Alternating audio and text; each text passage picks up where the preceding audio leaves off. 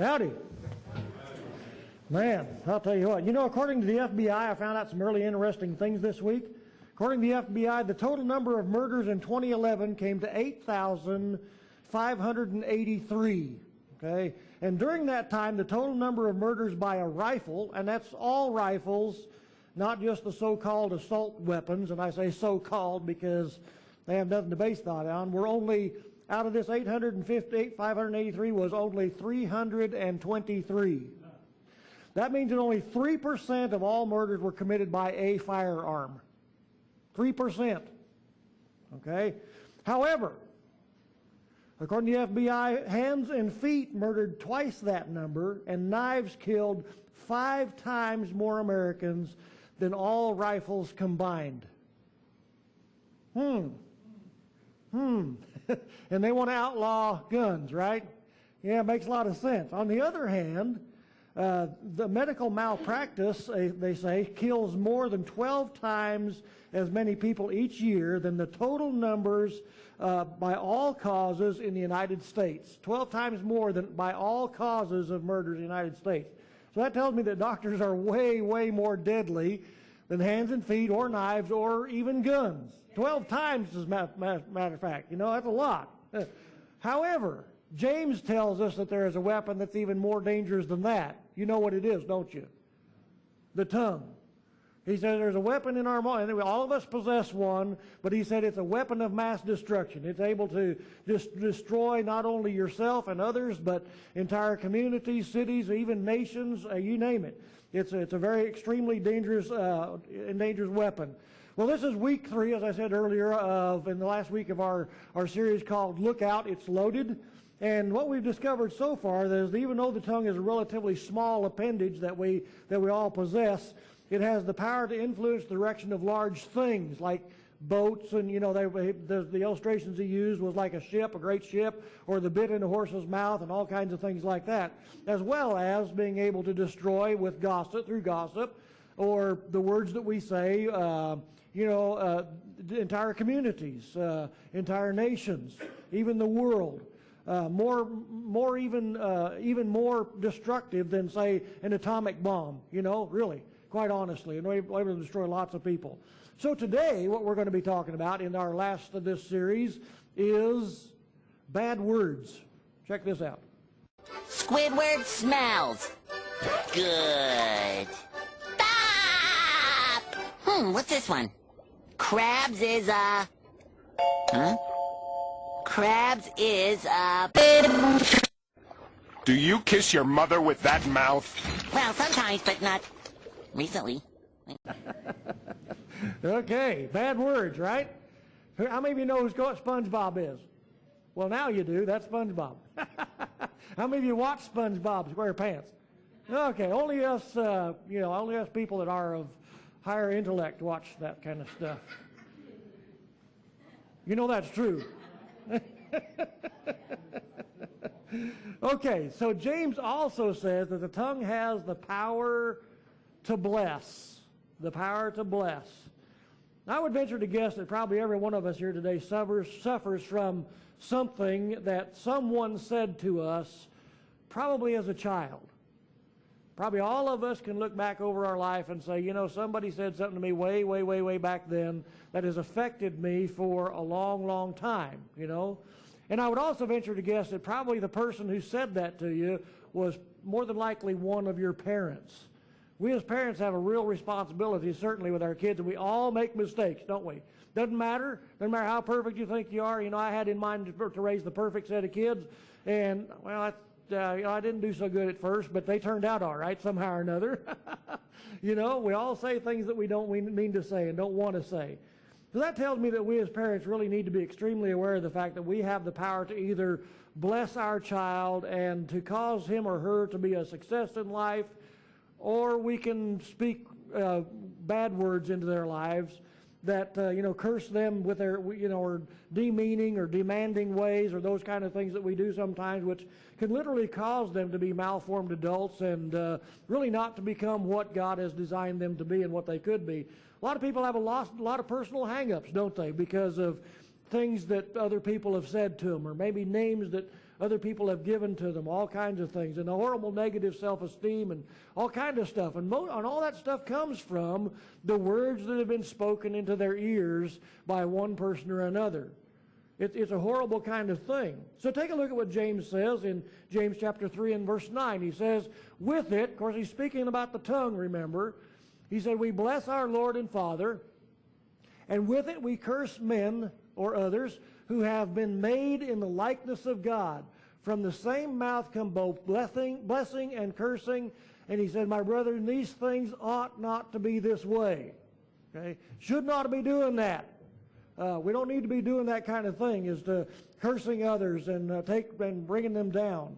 So what James is saying here is that the same tongue that we use to praise God with is the same tongue that we use to cut other people down.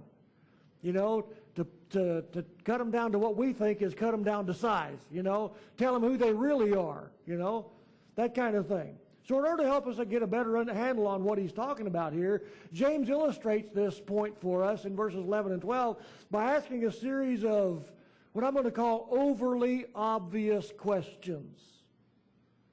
Overly obvious questions. In other words, since they are so overly obvious, you already know the answer. You don't, that doesn't need to be answered. You already know the answer to those questions. In verse 11 he says, does a fountain or a spring send out from the same opening both fresh water and bitter water? Well, duh. And verse 12, can a fig tree, he says, produce olives, or a grapevine produce figs? Neither can salt water produce fresh water. Well, yeah, those are really, really obvious things, right?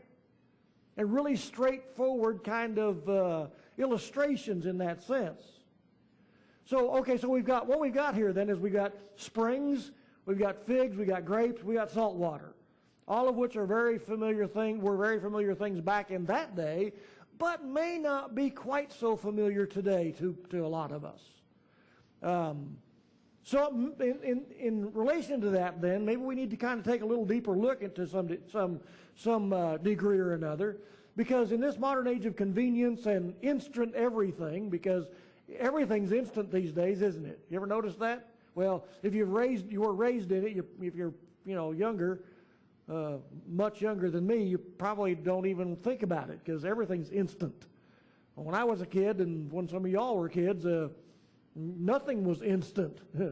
Pretty much nothing. You made everything from scratch, you know. So I got to tell you this because the whole idea behind this in the religious world, the legalistic world, is that, I've heard all those arguments about how, pastors and teachers like to say that things about these verses like, that a real Christian can't do anything with their tongue that might be considered either offensive to others or contrary to the life that we claim to have in Jesus Christ. In other words, real Christians don't ever cuss, don't ever tell dirty jokes, don't ever lie, and don't ever cheat on their taxes. Real Christians don't do those things. Well, why? Well, because the source from which it comes has got to be, you can't have both. You're either one or the other. You can't be both. That's what this seems to be illustrating for us here. I've heard all those arguments, and the idea is, or the whole argument that they use here is that, well, a fig tree can't produce olives, and a grapevine can't produce figs, and and freshwater spring can't produce alkali water, and saltwater pond can't produce fresh water, and all those kind of things. But it looks to me like, in that sense then, that maybe y'all ought to start looking for a new preacher. Because it ain't that way with me. I don't know about you guys, but I'll speak for myself, and I'm going to say that that doesn't always happen with me. Not always holy and, like they seem to think that we're supposed to be, So let me ask you this question. How many of you said at least one thing during this past week that you wish you hadn't said? If you think about it, we probably said more than that, huh? Yeah. Raise both hands and all fingers, yeah. I understand. I understand completely, And the reason we wish we hadn't said those things is because, man, you can't unring the bell, it's going to cost you to get out of this one, and you know it. It's not going to be good.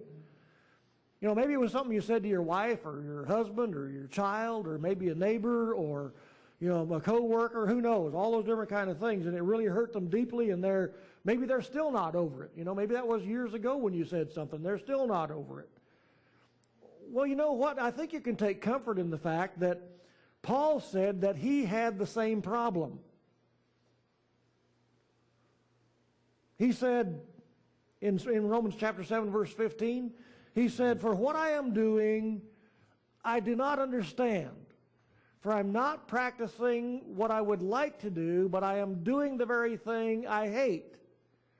In fact," he said, "I don't understand why I act the way I do. I don't do what I know is right. I do the things I hate." Now, I don't think he's only talking about doing things as though his language is perfect. I don't think he's only talking about the way he acts, because words often go along with actions, don't they? I mean, people know how you feel by what you say. I think that's as much of what he's saying here as anything is that his words weren't exactly what he was proud of either.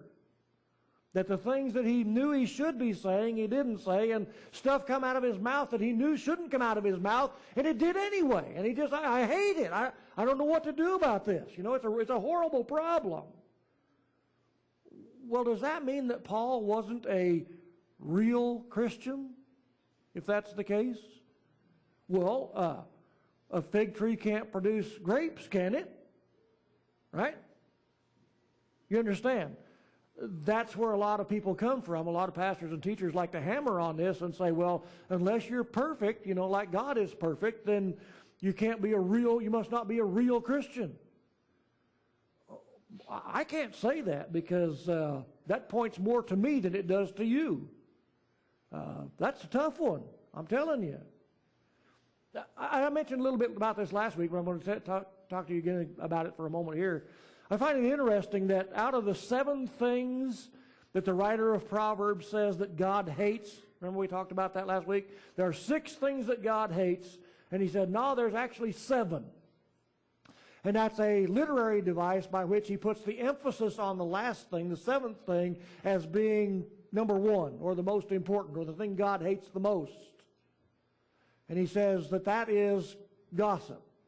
But out of the 7 things that are listed there, almost half, or basically half, are directly related to the tongue.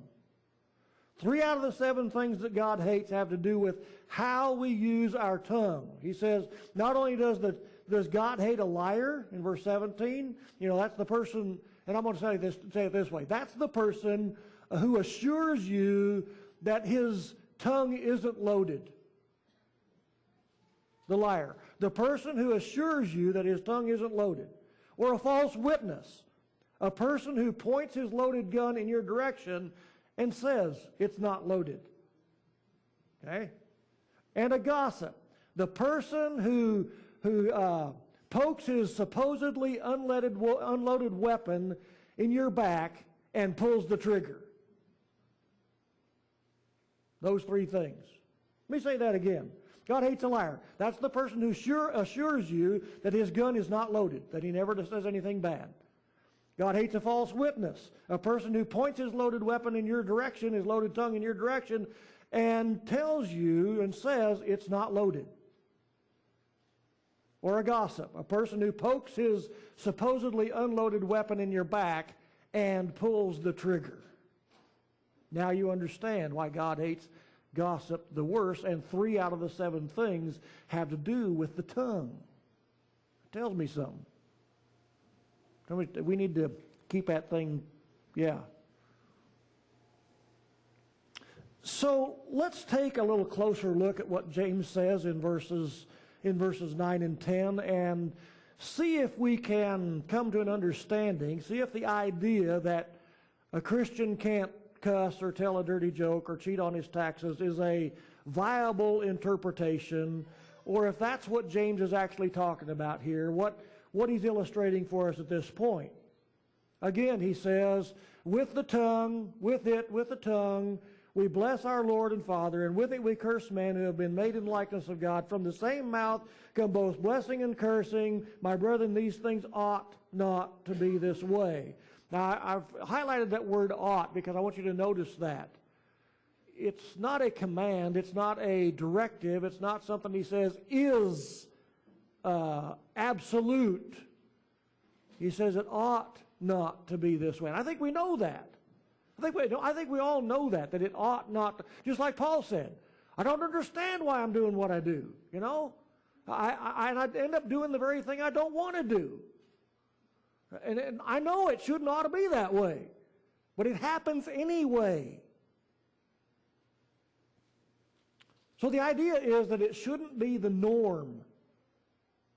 Okay, now then, let's take a closer look at that, because even that has an idea behind it that can really twist us up and trip us up and make us begin to second guess ourselves and everybody else in the process. So let's take a look at one or two of these illustrations. Let me ask you this question. If a spring produces fresh water, and we're going to look at that illustration in particular, and I want you to think about this. You know, give us some thought. If a spring produces fresh water, where does it come from? Well, I'll answer that for you. A fresh water source. Is that true? If a spring produces fresh water, then it comes from a fresh water source. If a spring produces alkali water, where does it come from? An alkali source. And so why is it then that a freshwater spring cannot produce salty or alkali water? Because the water comes from a specific source. Are you beginning to see? It has to do with the source, not the water itself. It has to do what the source is, where that source is, and that's what James is talking about here, is that it's the source that makes the difference, not the water itself. It's the source that makes the difference, not the water. It's where that water comes from that makes the difference, not the water itself. Here's an interesting fact that I think will help clear the waters for you. Pun intended. Chuckle for me. Very good, thank you. Makes me feel better. The fact is, the specific Greek word translated as fountain in verse 11 is a word that literally means source or supply, not necessarily the original spring or the water itself. It's talking about the source of the water, not just the water as it comes out of the ground, but where is it coming from? The source itself. That's what that word actually means. Many years ago, back when I worked for the U.S. government, that's been a long time ago, and I worked a lot on the big ranches in northern New Mexico, and there was on one of those ranches, one of the great big ranches, there was at least 2 artesian wells that I know of. That's probably all that was there. How many of you know what an artesian well is? Okay, let me explain that for you. An artesian well actually it's kind of interesting because as some of you already know, an artesian well is when you drill a well. Maybe you're drilling for water, maybe you're drilling for something else. Maybe who knows what you're drilling in the ground. And what happens is that you drill into an aquifer that comes from a source higher than the ground where you're drilling. It would be like putting a tank on the top of a hill, running the pipe down, and when you open the spigot, water rushes out, right? It's because the source is higher than the spigot that you just opened. Same thing happens here, except it's underground. It's in the aquifer. Now, on this big ranch that was out there, it was out at the foot of Mount Taylor. So it's understandable that there would be some artesian wells, what they call artesian wells. When you drill down, you run into an aquifer that comes from higher up on the mountain, underground, and there's force because it's running underground and way down underneath, and then it forces it out. When you drill into it, it comes rushing to the surface, sometimes with a lot of force. Sometimes with a lot of force. As a matter of fact, one of the wells that was there, and it was an alkali well, I found that out the hard way. because that ranch was far enough out there that usually a lot of times we'd take the camp trailer out there and camp overnight and do the work and then spend the night and come home the next day. One of those wells that was close to where we like to camp at or stay at was an artesian well, and the well there, when you pulled the handle up on the spigot, had so much force that with the 5-gallon bucket that I had in my hand, you had to hold on to it. It was a very strong source. I mean, very powerful. Lots of force behind it. But as I said, I found out that it was alkali because every time we camped down there, I'd wake up the next morning, my kidneys hurting. I'm going, man, what's going on? Because you couldn't really taste it. But it was there. There was alkali in that water. Now, there was another one out probably 10 or 15, 20 miles farther out on that ranch that there was a pipe out of the ground, something like this, only it wasn't cemented in. It was a black pipe that just came out of the ground about that size, stuck up about this high, and then they had one opening on one side and one opening on the other side. And one was higher than the other. I think it was just a scrap piece of pipe that they had, and they just stuck it in there, and that's what they used. Well, I had a rancher. Of course, I was pretty young back there, and one of the ranchers told me, he said, I got to tell you something about that well, man. He said, that artesian well, there's on the one side comes out fresh water, on the other side comes out salt water. Now, I wasn't born yesterday. I may be young, but I ain't stupid, Everybody knows that if, only fresh water can come out of the same source. If it's fresh water, from the source, it's fresh water when it comes to the surface. Can't have both. It's one or the other. It's not both. So how does this apply then to what James is talking about here? What does it have to do with anything? Well, in speaking about the words that we say, Jesus said that the things which proceed out of the mouth come from the heart, and those defile the man. For out of the heart come evil thoughts, murders, adulteries, fornication, theft, false witness, slanders. Wow, there's a bunch of words there that have to do with the tongue too, huh? These are the things which defile the man. Did you notice he's talking about the source there, not necessarily the words themselves? That he says, it comes from this source, and where does it come from? Well, it comes from out of the heart. It's whatever's in the heart at the time, whatever we're thinking about, whatever's got us all ticked off at the moment, those kind of things. So what that tells me then, what that says that James is talking about here, is that it's not the actual words themselves that are so evil, if you want to think about it that way, but the source from which those words come. Got that? It's not necessarily the words themselves that are bad, but the source from which those words come. So let me say something right here that might shock you or surprise you, or some people say nothing you say would surprise me. Maybe it won't. And I want you to listen with your brain in gear. The fact that James makes such a strong point of telling us that it's the source that matters and not the actual words themselves is the very reason why some people may sound like they're cussing because they use words that you might consider to be bad, but to them they're not. Make sense? To you, some people may sound like they're cussing when they ain't. Let me give you an illustration. I strongly suggested to one of the deacons some years back, we won't mention any names, he's got a yellow shirt sitting on that side, that he go on an Emmaus walk. He did not want to go, but I strongly suggested that he go. Good friend, so I could do that. I wouldn't twist your arm, but I would twist his, and I did. I twisted his arm and told him, listen, you need to go, you need to do this. Well, he went under duress, severe duress, and And when we got there, and I was working that walk as well that weekend, and it's a spiritual weekend, 72 hours worth of stuff and all that kind of thing. A lot of fun, very interesting.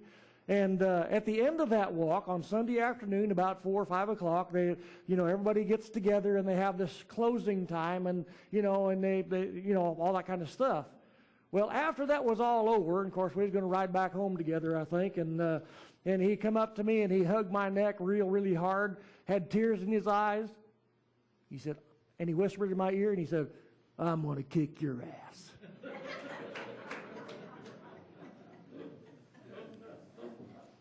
Sweeter words have never been spoken. Seriously. Was he cussing? Not in the least. A lot of people would consider ass to be a dirty word, and okay, maybe in polite company it is. It was the source from which that came that made the difference. I've got a pastor friend, his name's Steve. He pastors a church up in near Silver City area called Copper Ridge Fellowship. And he drinks coffee with a bunch of guys every, I think it's Tuesday morning, or at least he was at the time, as when he told me this story, this account. They drink coffee with a bunch of guys, 8 or 10 guys. They get together at the coffee shop. They drink coffee and talk, all that kind of stuff, do their guy thing. And he said there's one guy there that's great big sucker, great big guy, burly, and got big old beard, like a grizzly bear kind of a guy. And he said he had the language to match, As a matter of fact, he said, this guy, I don't remember what the guy's name was, but Steve said, you know what? As a matter of fact, there's a lot of times I think the F word is the only word he knows. I mean, he just uses it liberally.